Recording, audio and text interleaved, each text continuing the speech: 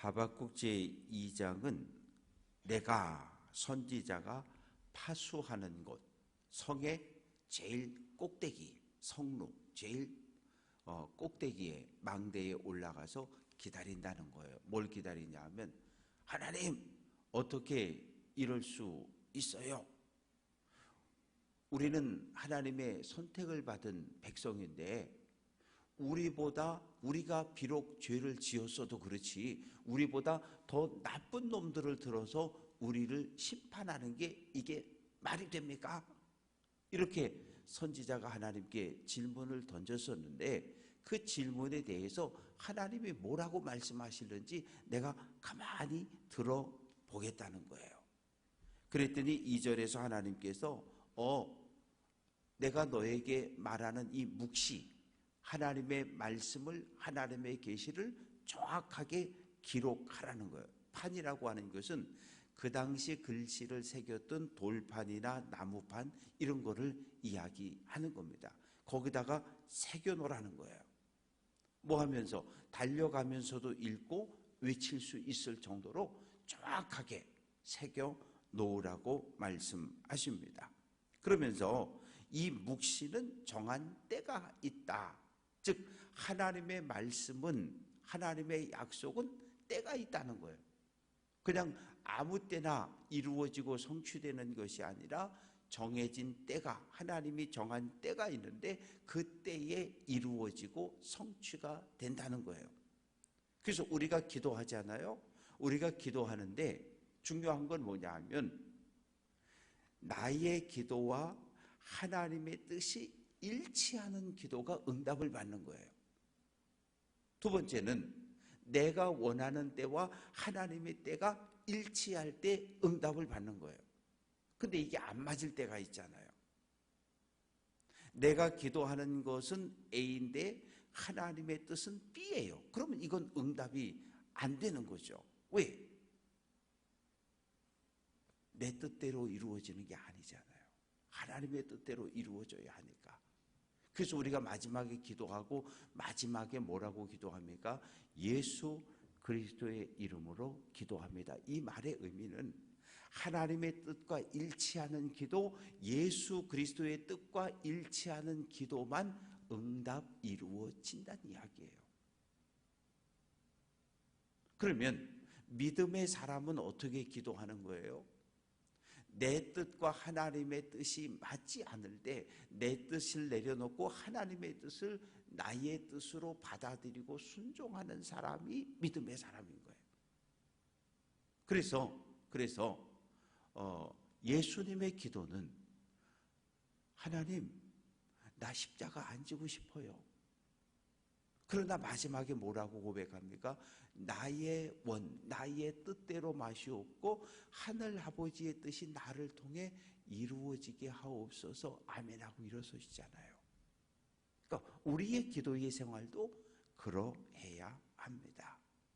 내가 정한 시간, 내가 시간을 정해놓고 이때 꼭 이루어줘야 합니다.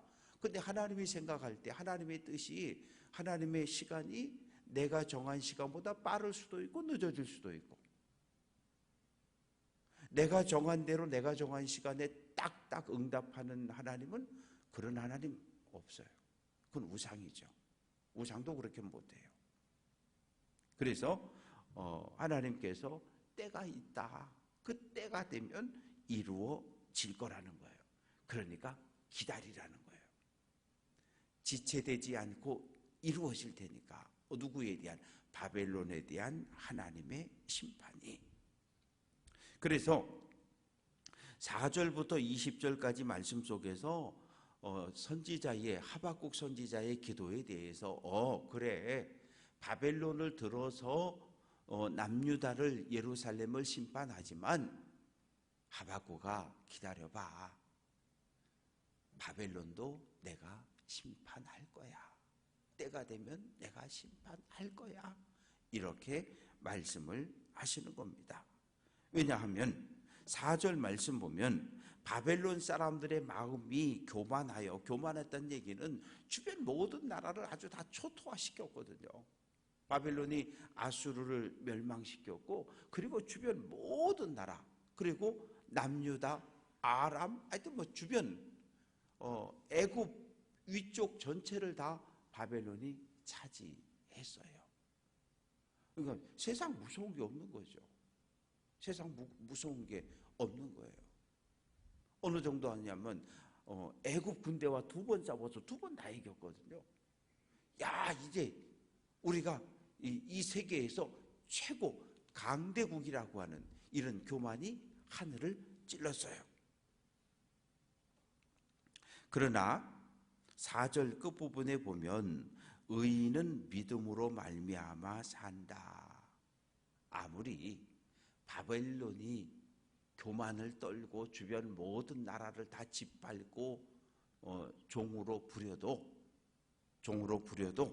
그렇지만 의인은 그의 믿음으로 말미암아 산다. 그러면서 쭉 말씀을 하시는데 바벨론은 어떤 사람들이냐? 5절 술을 즐기고 거짓되고 교만하고 가만히 있지 않고 스월이라고 하는 것은 죽은 사람들이 가는 지하의 세상인데 그처럼 그것은 뭐 끝도 없는 거죠. 끝도 없이 들어가니까. 왜? 사람이 계속 죽으니까. 그런데 족할 줄을 모른다는 거예요. 주변 모든 나라를 다 짓밟고 점령하고도 그리고 끝이 없는 거예요. 더 넓은 땅, 더 많은 나라를 짓밟기 위해서 계속해서 군대를 보냈던 것이 바벨론 사람들입니다. 그래서 6절 말씀 보면 그 무리가 바벨론의 식민 통치를 받는 나라들이 속담으로 그를 평론하며 조롱하는 시로 그를 풍자하지 않겠느냐. 나중에 바벨론이 하나님의 심판을 받고 멸망당하는 모습을 보면서 식민 통치를 당했던 모든 나라가 들고 일어나서 조롱하고 비웃을 것이라는 얘기예요. 화 있을진저 자기 소유가 아닌 것을 모으는 자요, 언제까지 이르겠느냐? 볼모 잡은 것으로 무겁게 짐진 자요, 너를 억누를 자들이 갑자기 일어나지 않겠느냐? 그러니까 그동안은 바벨론에 의해서 짓밟힘을 당하고 종이 되고 식민 통치를 받던 사람들이 어느 날 다 들고 일어나는 날이 있을 거라는 거예요. 그게 언제입니까? 바사와 메대 연합군이 바벨론을 멸망시키는 그날인 거예요. 사실 바벨론이라고 하는 나라는 엄청나게 초강대국이었는데 100년을 가지 못하고 문을 닫은 나라가 바벨론입니다. 96년 만에 망해버렸거든요. 이거는 역사를 연구하는 사람들이 이해할 수 없다는 거예요. 어떻게 이렇게 강한 나라가 96년, 100년을 채우지 못하고 멸망했는지 이해가 안 되는 거예요. 그 정도로 어느 날 갑자기 멸망당한 사라진 나라가 바벨론입니다. 그래서 8절 말씀 보면 내가 여러 나라를 노략하였다. 주변에 하여튼 그 어떤 나라도 바벨론에게 대적을 하지 못할 정도로 그렇게 강한 나라였고 주변 모든 나라를 다 침략했는데, 첫째는 사람을 많이 죽였고 그리고 너무나 많은 재물들을 약탈하고 악을 행한 민족이 바벨론입니다. 그래서 그 많은 것을 갖다가 뭐 했어요? 집을 짓고 성을 쌓고 요새를 만들고 화려한 도시를 만들고.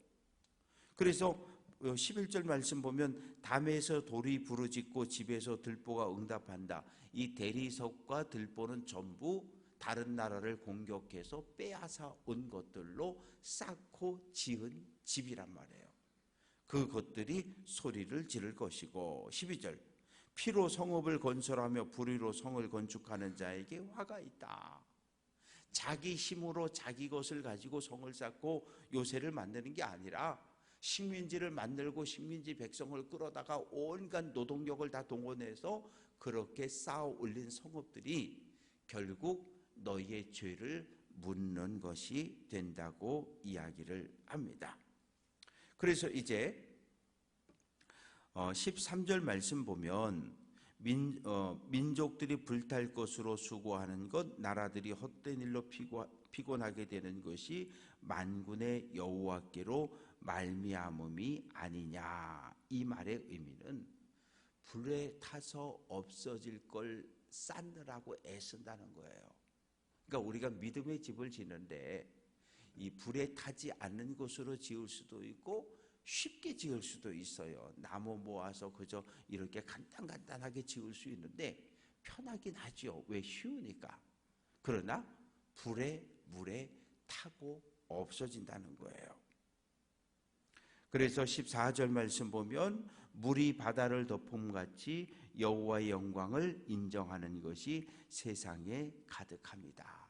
바벨론의 멸망은 하나님의 정의가 서는 것이고 바벨론의 멸망은 식민 통치를 당했던 수많은 나라들이 일어나서 하나님을 찬양하는 일이 될 것임을 이야기를 합니다. 이제 15절부터 구체적으로 바벨론이 어떠한 식민 통치를 하면서 어떠한 일을 행했냐 하면 이웃에게 술을 마시게 하고, 이 표현은 뭐냐 하면 강제로 술을 먹였다는 얘기예요. 강제로 술을 먹이고 그 여인들을 불러내서 하체를 드러내게 하고 수치를 주고 온갖 악행을 저질렀다라고 그렇게 이야기를 합니다. 바벨론아, 내가 힘없는 나라 여인들을 잡아다가 강제로 술을 먹이고 하체를 드러나 춤을 추게 하고 온갖 못된 짓을 했는데 그 죄악이 너에게로 돌아갈 거라는 거예요.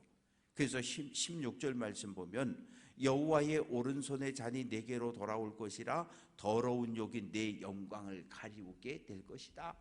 하나님의 심판을 받고 나면 너의 모든 수치가 드러나고 내가 주변 민족들에게 행하던 모든 악행과 폭압이 너희에게 동일하게 당할 것이고 너희들도 수치를 당하고 말 것이다. 그러면서 17절에 레바논의 강포를 행한 것, 짐승을 죽인 것, 사람의 피를 흘린 것, 모든 성읍을 약탈하고 빼앗아 온 것들, 그것에 대해서 지적을 합니다. 그러면서 18절부터는 그래, 하나님을 대적할 신을 찾아봐라. 이 바벨론은 여러 신들을 섬겼거든요. 말뚝부터 시작해서 벨, 여러 신들을 섬겼는데 너희가 만든 신, 너희가 섬기는 신에게 부르짖어 봐라. 하나님의 손에서 심판에서 피할 수 있는 방법이 있는지. 그러면서 우상이 무엇이냐? 첫째, 새긴 우상, 그 다음에 부어 만든 우상이 있다는 거예요. 칼과 조각도 가지고 새겨서 만든 우상이 있고, 그리고 틀을 짜놓고 들이부어서 찍어내는 우상이 있고, 그런데 18절 끝부분에 말을 못한다는 거예요. 말을 못한다는 얘기는 생명이 없다는 거죠.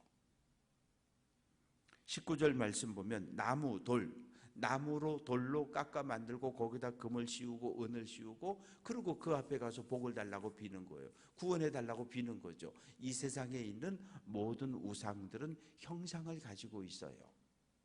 해와 달과 별의 형상도 있고 온갖 짐승들의 형상도 있고 다양한 사람의 모습의 형상도 있고 위대한 인물의 형상을 가지고 있기도 하고, 그런데 공통점은 생명이 없다는 거예요. 우리 눈에 보여지는 수많은 우상들의 공통점은 생명이 없다는 거예요. 말을 못하고 생명이 없고, 그리고 다 사람의 손으로 만들었다는 거예요. 사람의 손으로 만들어서 갖다 놓고 거기에다가 복을 달라고 빌고 있는 거예요. 무당들도 마찬가지고 이 세상 모든 우상 숭배자들의 공통점입니다. 그래서 20절 오직 여호와는 하나님의 성전에 계시니 온 땅은 그 앞에서 잠잠할지니라. 성전에 계신다는 것은 이 땅에 있는 예루살렘 성전을 가르치는 것이 아니라 첫째 하늘, 둘째 하늘, 셋째 하늘에 있는 하나님의 보좌, 그곳에 계신 하나님. 이 땅의 예루살렘의 지성소의 언약궤 뚜껑은 하나님의 발등상이고, 그래서 하늘에 계신 하나님께 영광을 돌려드리라고 말씀합니다. 말씀을 정리해 봅니다. 하나님의 말씀은 반드시 성취가 되어집니다. 하박국 선지자는 속이 탔어요. 하나님 어떻게 이럴 수가 있어요? 우리 민족이 죄를 진 거 인정해요. 그러나 우리가 지은 죄가 30, 40이라고 하면 저 바벨론이라고 하는 저 나라는 죄를 90, 100을 진 나라인데 어떻게 우리보다 더 악한 놈을 들어서 덜 악한 사람을 때릴 수가 있어요? 말이 안 됩니다. 그 질문에 대해서 하나님께서 때가 되면 바벨론도 심판할 거야. 바벨론도 내가 때려줄 거야. 걱정하지 마라. 그 이야기를 하고 있습니다. 그래서 하나님의 정의는 반드시 실현이 되어지고 바벨론은 자신들이 행했던 죄악 때문에 하나님의 심판을 받고 멸망당하고 역사 속에 사라졌습니다.